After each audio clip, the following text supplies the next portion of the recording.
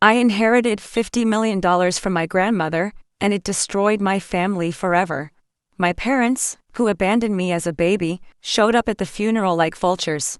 The next day, they broke into my house and tried to steal everything my grandmother had built. But what I found in my grandmother's secret safe changed everything. Before we continue, subscribe to the channel. Here we bring you incredible stories every day, and your subscription and like encourage us to continue searching for and bringing you these incredible stories. I always knew the day my grandmother Eleanor died would be the worst of my life, but I never imagined it would also be the day I discovered who the people around me truly were. She wasn't just my grandmother, she was my mother, my mentor, my best friend, and the only person who truly loved me in this world. At 78, Eleanor Carter was a force of nature, a woman who built a $50 million real estate empire in Beverly Hills from scratch. While other children played in the park, I grew up in the offices of Carter Real Estate, learning about contracts, negotiations, and the value of hard work. My biological mother, Victoria, well, she was busy spending grandma's allowance on spas in France. My father, David, he barely knew my middle name, let alone cared about my education. Eleanor held me when I was just 6 months old, when Victoria decided that being a mother didn't fit her lifestyle. Since then, I've been raised as a daughter, not a granddaughter. And now, at 30, I stood before her casket, feeling like my whole world had collapsed. The wake at Hillside Memorial Park was packed. Clients, employees, friends from decades ago, all paying their last respects to the Carter family matriarch. But I noticed something that deeply disturbed me. Victoria and David arrived late, she wearing a Chanel dress she had clearly just bought for the occasion, he adjusting a suit that probably cost more than some cars. They didn't shed a tear. Instead, I saw them whispering to each other, their eyes scanning the crowd as if assessing the value of each person present. Victoria approached me only once during the entire wake, gave me a cold, mechanical hug and murmured, "I'm so sorry for your loss, dear." As if Eleanor were my distant relative, not the woman who had supported her financially for over 30 years. David didn't even do that, he simply waved from afar, clearly uncomfortable being there. While I received heartfelt condolences from people who truly knew and respected my grandmother, my birth parents seemed to be counting down the minutes until they could leave. The next day, we were all gathered in the office of attorney Harold Steinberg, a man who had known our family for over 2 decades. The room was tense, me sitting on one side, Victoria and David on the other, a few distant cousins scattered throughout. Eleanor had always been meticulous with her affairs, so I knew her will would be detailed and precise. Harold opened the document with appropriate solemnity and began reading. The first clauses were charitable donations, $2 million to organizations that helped the elderly, $1 million to an animal shelter Eleanor had supported for years. Victoria rolled her eyes at these donations, as if they were wasted money. Then we got to the meat of the matter, the family inheritance. My heart was pounding so hard I could hear it echoing in my ears. Harold cleared his throat and continued reading, his voice echoing through the quiet room. I held my breath, feeling like my entire life was about to change. To my daughter Victoria Carter Morrison, Harold read aloud, "I leave the Santa Monica home where she currently resides, fully paid off, valued at $2.8 million. Victoria smiled, clearly pleased, until Harold continued, "This is the entire inheritance intended for my daughter." Her smile instantly faded.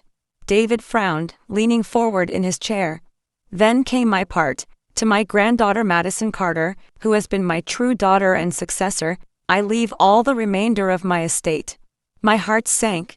Harold continued listing, the main mansion in Beverly Hills, valued at $12 million, the entire Carter real estate empire, including commercial and residential properties, stocks, investments, bank accounts, all totaling approximately $47.2 million.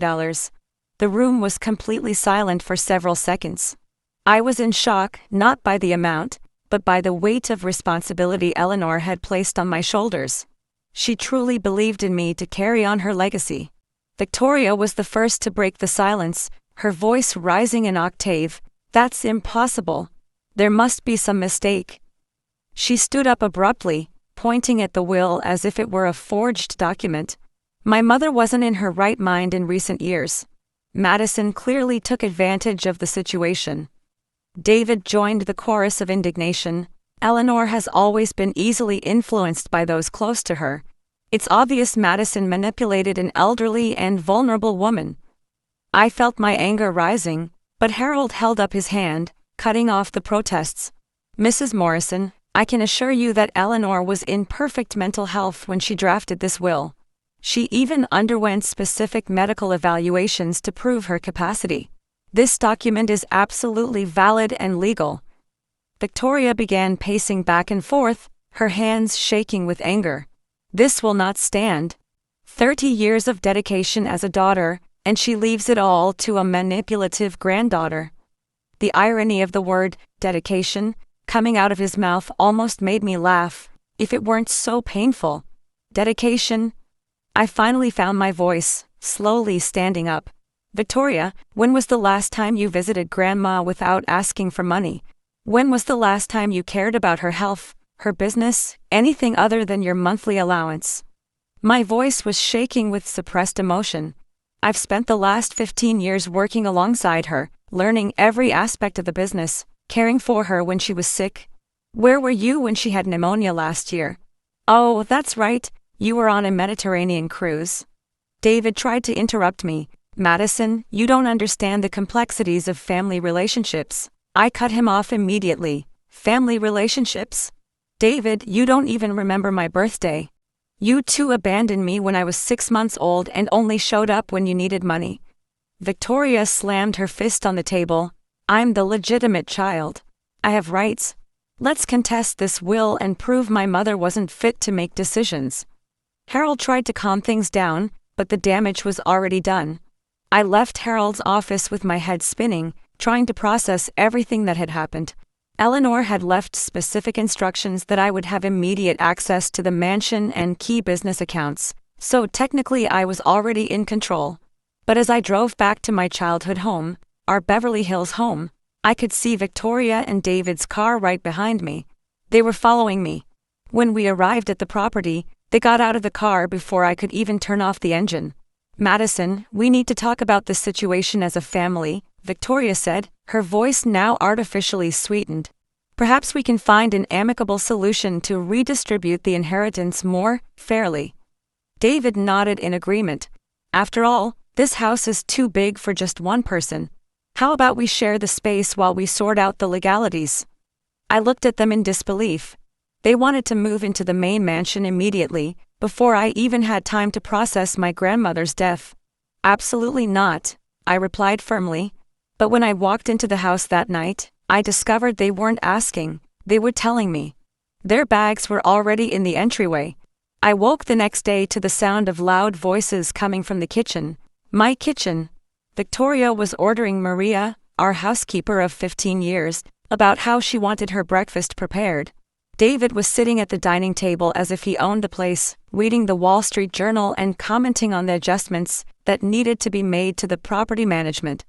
When I came downstairs, still wearing my pajamas, Victoria looked at me dismissively. Madison, honey, we need to establish some ground rules for harmonious coexistence. I interrupted her immediately. The only rule is that you leave my house. Now. David laughed, a harsh, condescending sound. Our house, you mean? Until the legal issues are resolved, we all have equal rights here. Maria gave me an apologetic look, clearly uncomfortable with the situation. I realized in that moment that they weren't just invading my physical space, they were trying to rewrite reality, to make me feel like an intruder in the home where I grew up. Things escalated quickly. Victoria began making improvements to the decor, moving antique furniture that held sentimental value to Eleanor and to me. She hired a decorator without my permission and began planning a complete renovation of the main living area.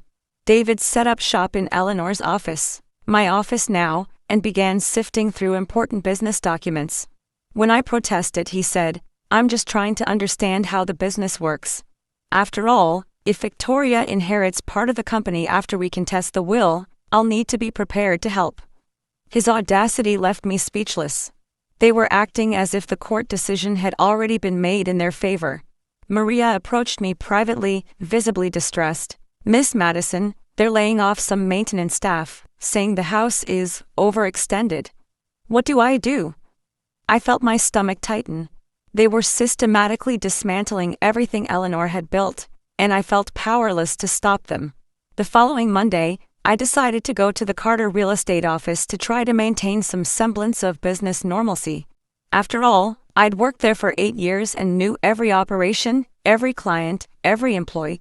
But when I arrived at the mirrored glass building in the heart of Beverly Hills, I found Victoria and David already ensconced in the main conference room, meeting with some of our top brokers. Victoria had dressed like a business executive, a designer suit that probably cost more than some employees' monthly salaries. When I entered the room, she smiled falsely. Madison, I'm so glad you came. We were just discussing some necessary operational changes." Robert Chin, our sales director for 10 years, gave me a confused and concerned look. It was clear the staff wasn't sure how to react to the situation. Victoria continued, "Since the new family structure will require some adjustments, I thought it best to get more directly involved in the day-to-day operations." I felt my anger boiling, but I maintained my professional composure. "Victoria," I said, my voice controlled but firm, "you have no legal authority to make business decisions. The will was clear, and until it is legally challenged and reversed, if that ever happens, I am the sole owner and CEO of this company." The awkwardness in the room was palpable. Employees glanced from one to another, clearly uncomfortable witnessing a public family conflict. David stood, trying to sound authoritative. "Madison, you're being too emotional. We need to think about what's best for the business, not personal feelings." Victoria nodded in agreement. "Exactly. And frankly, dear, you're still too young to manage a $50 million empire alone. You need guidance and supervision." Her words were like a slap in the face. Sarah Rodriguez, our finance manager, shifted uncomfortably in her chair. I could see in the faces around the table that my employees, people who respected and trusted me, were beginning to question my authority. Victoria was deliberately undermining my professional credibility in public. The situation exploded when Victoria announced that she had reorganized some company accounts and canceled 3 important contracts that were under negotiation.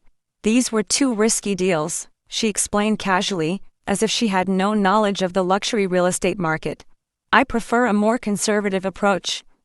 I lost my composure. "You just canceled contracts worth $6 million in commissions. These negotiations have been ongoing for months." David tried to calm me down with a patronizing tone that made me see red.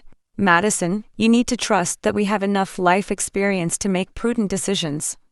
It was then that I exploded. "Experience? David, you've never worked a day in your life. You've lived off the backs of rich women for 30 years. The silence in the room was deafening. Victoria stood up abruptly. "I will not tolerate this kind of disrespect from a bratty child." She turned to the employees. "Look how she reacts under pressure. Do you really think someone so unstable should be managing your jobs?" It was a brilliant and malicious move. She was using my own righteous anger against me, making me seem unfit to lead. I left the office humiliated and furious, but determined not to let them destroy everything Eleanor had built. I needed urgent legal help, so I called Harold Steinberg. "Harold, they're trying to illegally take over the company. What can I do?" His response chilled my blood. "Madison, technically they're still family members, and without a specific court order banning them from the property and business, my options are limited. We must wait for them to make a more obvious legal error or expedite the process of proving the will." Meanwhile, they were systematically destroying Eleanor's legacy. When I got home that afternoon, I found even more cars in the driveway. Victoria had invited more people to discuss the family situation. In the living room sat my Uncle Richard, Eleanor's brother who hadn't been around for 5 years, my cousin Jennifer, Richard's daughter who only called when she needed money, and other distant relatives I barely recognized. They all looked at me with the same hungry, calculating expression I'd seen on Victoria's face at the wake. Richard stood up when he saw me. forcing a warm smile that clashed with his cold eyes. "Madison, what a terrible tragedy we lost Eleanor. We were just discussing how we can come together as a family during this difficult time." Jennifer nodded. "That's right, cousin. We think perhaps Grandma's will doesn't adequately reflect what she truly wanted for the entire family." A man I didn't recognize introduced himself as Eleanor's second cousin, seemingly out of nowhere. Victoria was clearly orchestrating this invasion, rounding up anyone with a distant family connection who might support the will contest. "You know," Victoria said, her voice as sweet as poisoned honey, "Madison has always been very close to Grandma. Perhaps too close." Such intense influence over an elderly woman could be viewed as manipulation by the courts. The message was clear: they weren't just going to contest the will, they were going to try to paint me as a manipulator who took advantage of a vulnerable elderly woman. When I went to my room that night, locking the door for the first time in my life in my own home, I realized a terrifying truth: it wasn't just Victoria and David I was facing. 2 weeks after the funeral, I received the official notice that would change everything. Victoria had officially contested the will in Los Angeles Superior Court. The 43-page document was a masterpiece of legal manipulation, painting Eleanor as a senile and vulnerable woman and me as an opportunistic granddaughter who had systematically isolated the victim from her biological family. Reading those words was like being punched in the gut. They claimed that Eleanor had suffered from severe cognitive decline in recent years, that I had exercised undue influence over her financial decisions, and that the will was the result of psychological coercion. Victoria had hired Mitchell and Associates, one of the most aggressive law firms in Beverly Hills, specializing in high-value inheritance disputes. Harold called me as soon as he received the notice. "Madison, they're playing hardball. They're going to try to completely nullify the will and distribute the estate according to standard California probate laws." My heart sank as I understood the implications. If they succeeded, Victoria would inherit the bulk of the estate as the only surviving child. Their strategy was diabolical and effective. While the case was being processed, they launched a social smear campaign against me. Victoria began giving interviews to Beverly Hills socialite blogs, painting herself as a loving daughter who had been cruelly excluded from her own mother's life by a manipulative granddaughter.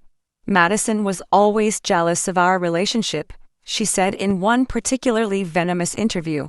"She systematically alienated me from my mother, fabricating stories about my behavior to gain her trust." David appeared on financial podcasts, presenting himself as a seasoned businessman, concerned about the irresponsible management of a too-young heiress. $50 million in the hands of a 30-year-old with no supervision? It's a recipe for disaster, he declared with false concern. The narrative they were constructing was simple and effective. I was a greedy young woman who had manipulated an elderly grandmother and was now destroying a family for money. And the worst part? Some people were starting to believe it. The social pressure was relentless. At events I usually attended, charity galas, business dinners, country club meetings, people looked at me with a mixture of pity and suspicion. Some of Eleanor's friends, women I'd known since childhood, began avoiding me. Mrs. Patterson, who used to greet me warmly at the country club, now only waved coldly from afar. During a charity luncheon at the Beverly Hills Hotel, I heard not-so-discreet whispers. "Poor Eleanor, imagine finding out her own granddaughter was taking advantage of her." Another comment that cut me like a blade. "I always thought it was strange how Madison controlled Eleanor's schedule so much in recent years. Now it makes sense." Jennifer, my cousin, was strategically spreading rumors within the family's social circle, suggesting that I had isolated Eleanor from her real relatives and created an environment of psychological dependence. The smear campaign was working, and I felt increasingly alone. Even some of the employees at Carter Real Estate began treating me with a cold formality that had never existed before. The first court hearing was scheduled for a rainy Tuesday in March at the downtown Los Angeles courthouse. I arrived with Harold, wearing my most conservative suit, trying to project competence and seriousness. But when I saw Victoria's legal team, 5 lawyers in $3,000 suits, my confidence faltered. Mitchell and Associates had brought out the heavy artillery. Victoria sat in the front row, dressed in black as if still in mourning, with David at her side holding her hand, in solidarity.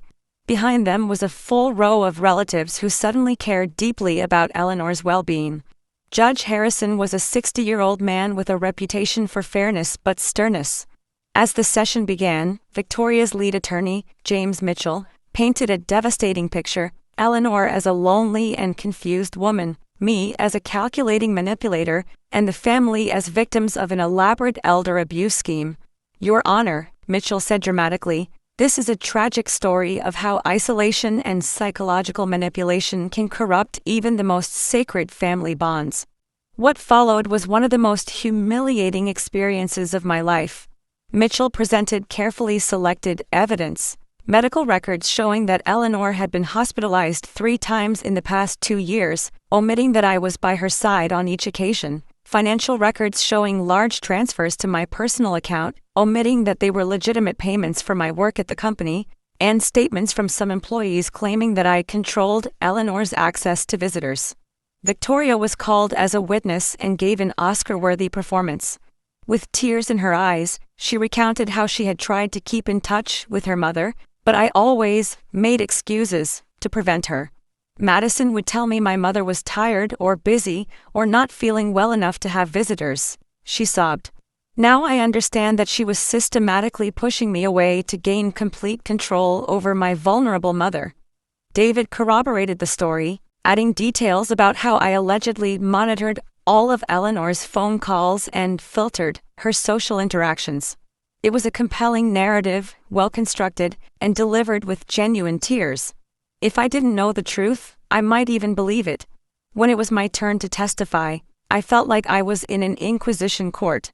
Mitchell attacked me relentlessly, questioning every decision I'd made in the past few years, every piece of advice I'd given Eleanor, every moment I'd been present when Victoria wasn't. "Miss Carter," he said accusingly, "isn't it true that you deliberately scheduled your grandmother's important medical appointments at times you knew your mother couldn't make them?"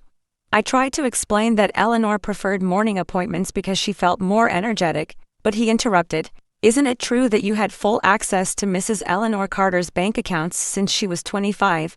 Technically, it was true. Eleanor had given me power of attorney to help with her business, but the way he presented it made it sound sinister. Harold tried to object repeatedly, but Mitchell was too experienced. My every answer was distorted, every reasonable explanation presented as evidence of manipulation. When I left the witness stand, I felt as if my reputation had been publicly shredded. Worse still, he could see doubt in Judge Harrison's eyes. That night, I returned home defeated and emotionally exhausted. Victoria and David were celebrating in the dining room with champagne and loud laughter, clearly confident they had won the first battle. I went upstairs to Eleanor's room, a space they hadn't yet dared invade, seeking solace in her memories.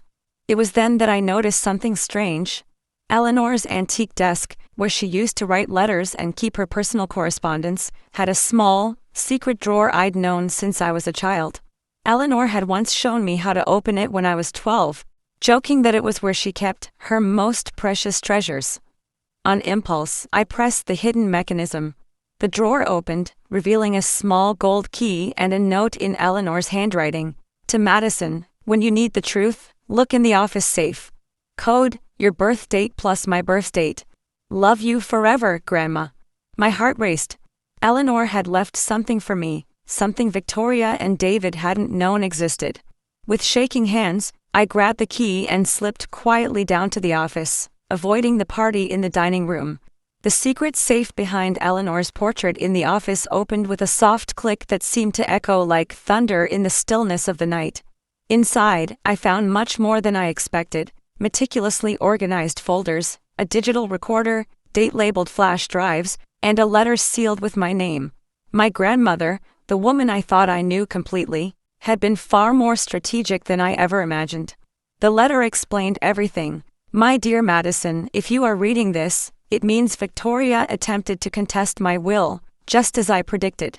For the past 5 years, I have carefully documented every interaction with your mother and David, knowing that one day I would need to prove my sanity and their true motives."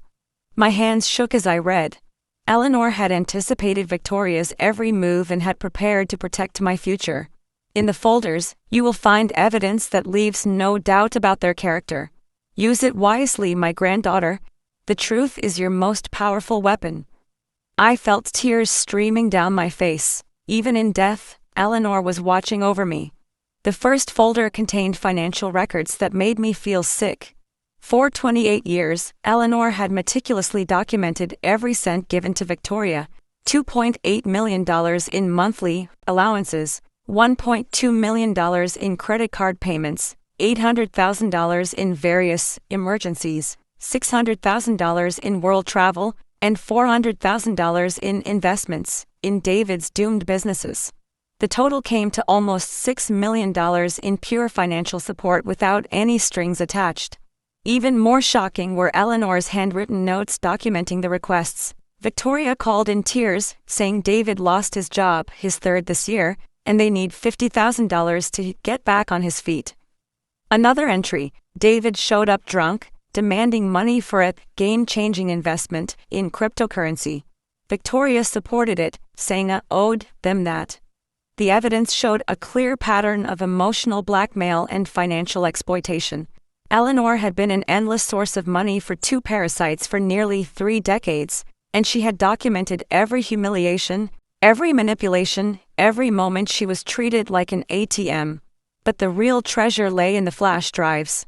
Eleanor had secretly recorded dozens of phone and personal conversations with Victoria and David over the past few years. My seemingly naive grandmother had been a private investigator of her own making. I played the first file and heard Victoria's voice, crystal clear. "Mom, you can't be so selfish. Madison is working against your own daughter. I deserve a fair share of the company. I'm the one carrying your last name." Eleanor's voice, calm and lucid, replied, "Victoria, you've never shown any interest in the business. Madison has worked here for 8 years. Victoria exploded. "Works? She's a leech. She's just waiting for you to die so she can take everything." Hearing those venomous words spoken to a 76-year-old woman broke my heart. There were dozens of similar recordings, each more cruel than the last. David appeared in many, always with schemes to better monetize Eleanor's assets, or suggestions to restructure the inheritance more equitably. They saw my grandmother as an obstacle between them and her money. One recording in particular took my breath away. It was from just 6 months ago, when Eleanor was recovering from pneumonia.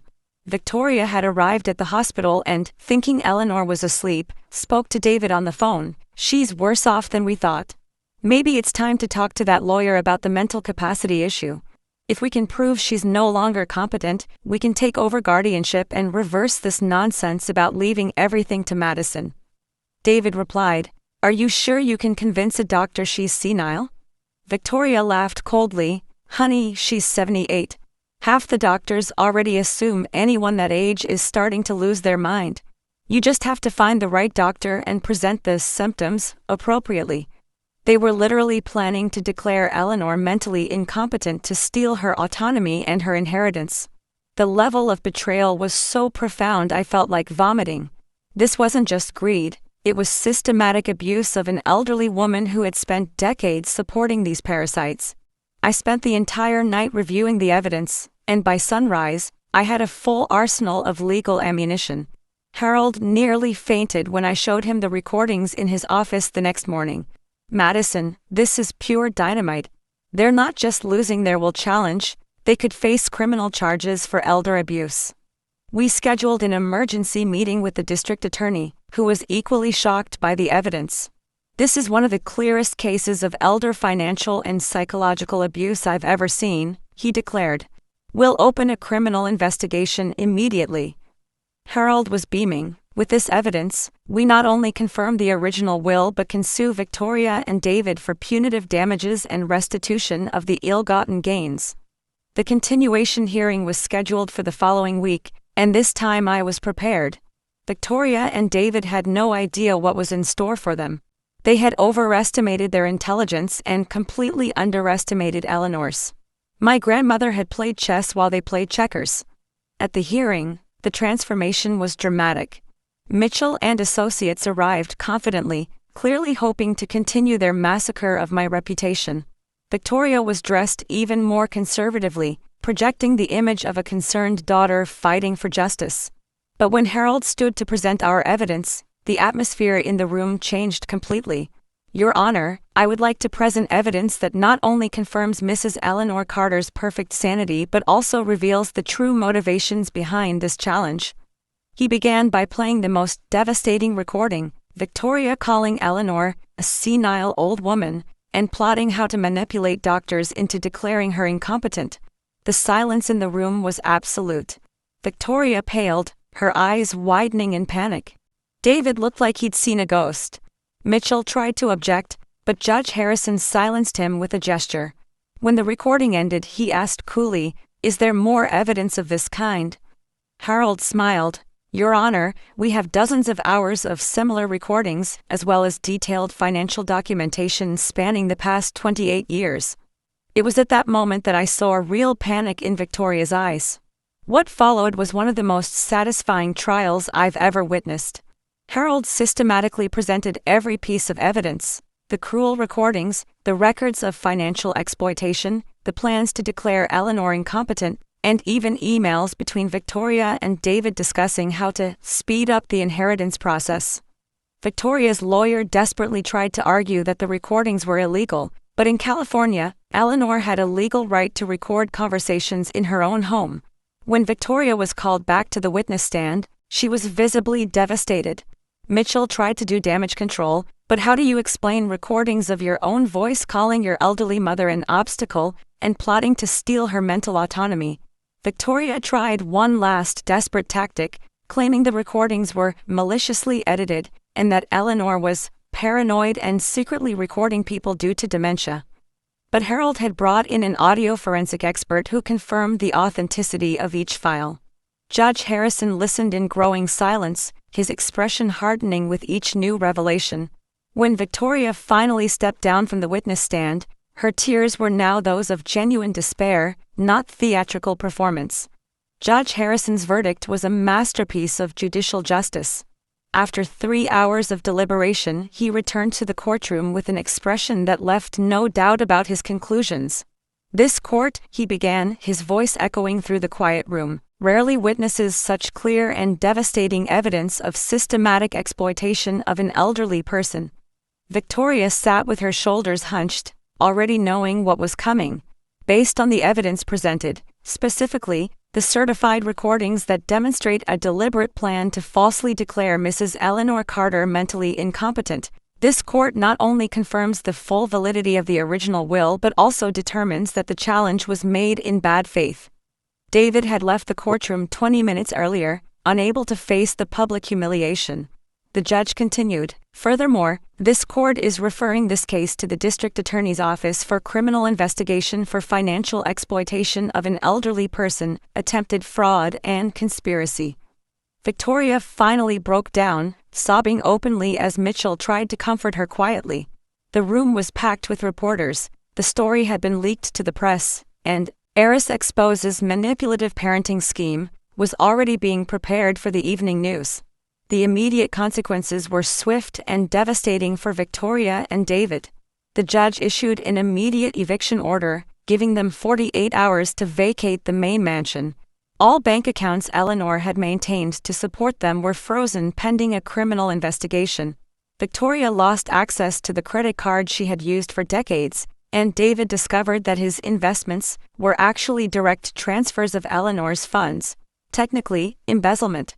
The criminal investigation revealed even more. They had forged Eleanor's signatures on at least 3 occasions to access funds without permission, and David had used insider company information for failed personal investments. Harold was overjoyed. "Madison, besides keeping your full inheritance, you can sue for moral damages.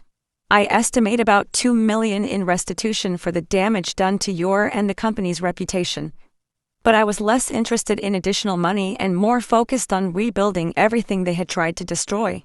My priority was to clear Eleanor's name and restore the dignity she deserved, even after death.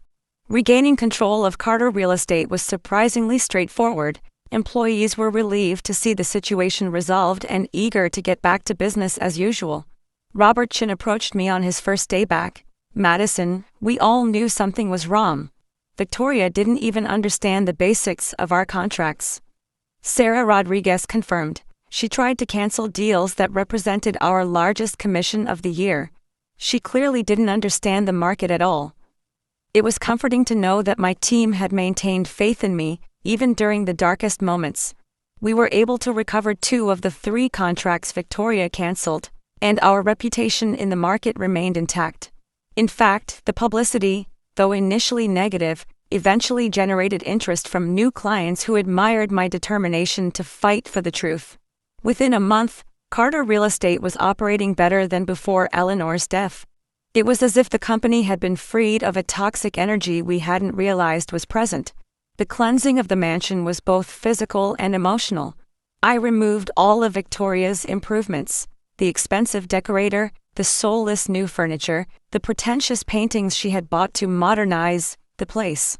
I restored each room to the way Eleanor liked it, honoring her memories in every detail. Maria, our housekeeper, was visibly relieved. "Miss Madison, the house is breathing again." During those weeks with them here, it felt like the walls were suffocating. Rehiring the staff Victoria had laid off was one of my first priorities, and everyone returned without resentment. They understood I had fought against an impossible situation. The garden Eleanor loved so much, neglected during the legal chaos, was restored to its original glory. Sitting on the veranda where we used to have tea together, I felt for the first time since her death that Eleanor would be proud of me. I had protected her legacy from those who tried to destroy it out of pure greed. Victoria and David tried to contact me several times after their dismissal, always through intermediaries. Richard, my uncle, called me trying to mediate. "Madison, I know you're hurt, but they're your biological parents. Maybe they can work for you, help with the business." My response was clear and definitive. "Richard, they've had 30 years to be a family. They chose to be parasites. Now they face the consequences." Jennifer tried a different approach, appealing to the family unit and suggesting I was being too vindictive. But the evidence spoke for itself. They weren't victims, they were predators who finally found prey who fought back. I changed my phone number, instructed company security to block their access, and informed my lawyers that any attempts to contact me should be directed through legal channels. It wasn't revenge, it was self-preservation. Eleanor had taught me that some bridges need to be burned to protect what truly matters. 6 months later, I received the final news about their fate. Victoria had declared bankruptcy and was living in a 1-bedroom apartment in Van Nuys, trying to find work for the first time in her life at age 52.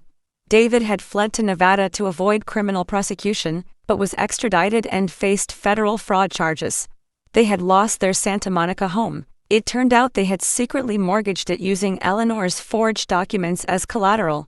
Some might say I felt pity, but the truth is I felt only a strange sense of closure. They had made their choices consistently for 3 decades, always choosing the easy path of exploitation over honest work. Eleanor had tried to help them countless times, and they reciprocated with cruelty, manipulation, and disrespect. Their downfalls were not the result of my revenge, but the natural consequences of their own actions. Justice sometimes delays, but always comes for those who persist in evil. Today, 2 years later, Carter Real Estate is stronger than ever, and I finally fully understand Eleanor's vision for the company's future. I established a foundation in her honor that helps elderly victims of family exploitation, something I know would make her smile. The Beverly Hills mansion is once again a vibrant home, not just a valuable property. I found peace knowing that Eleanor not only left me a financial inheritance but also taught me the courage to fight for what's right, even when the whole world seems against you. Victoria and David thought they could rewrite history, transforming decades of exploitation into a devoted daughter wronged narrative. But Eleanor had meticulously documented the truth, knowing we would one day need it. Sometimes at night, when I'm working in her former office, I feel her presence guiding me. She taught me that true family is not defined by blood, but by mutual love, loyalty, and sacrifice. And in the end, I discovered that some battles are worth fighting, especially when you're fighting for the memory of someone who truly loved you.